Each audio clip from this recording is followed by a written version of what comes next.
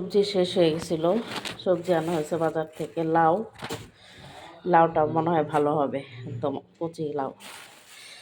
এই যে দেখেন, এটা কে কে খান অবশ্যই কমেন্টস করে জানাবেন, আর কিভাবে খান সেটাও জানাবেন। আমরা হচ্ছে বেসন দিয়ে একটু চালের গুঁড়ি দিয়ে ভেজে খাই আর কি, বেগুনি যেভাবে ভাজে অনেক মজা লাগে খাইতে।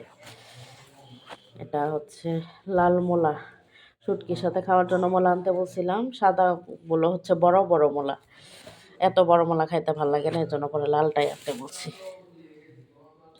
কুমড়া ফুল, হ্যাঁ, কুমড়া ফুলের বড়া খাই আমরা।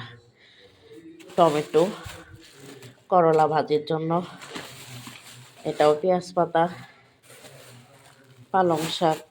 আম্মা কালকে শাক কিনতে চাইছিল, আমি কিনতে দিই নাই আম্মাকে। আর এখানে হচ্ছে শসা আর হচ্ছে মটরশুঁটি। ভালোই হয়েছে মটরশুঁটি। আমি হচ্ছে আগে বেশি করে কিনে ছিলে ডিপে রেখে দিতাম, তারপরে বের করে করে সারা বছর পোলাওয়ে দিতাম, মাছ বোনা টোনা করলে দিতাম। এটা হচ্ছে এই সিমটা খুব ভালো লাগে, দেশি সিম। এটা আরেকটা যে পাওয়া যায় বড় চ্যাপটা, ওইটা এতটা স্বাদ লাগে না খাইতে।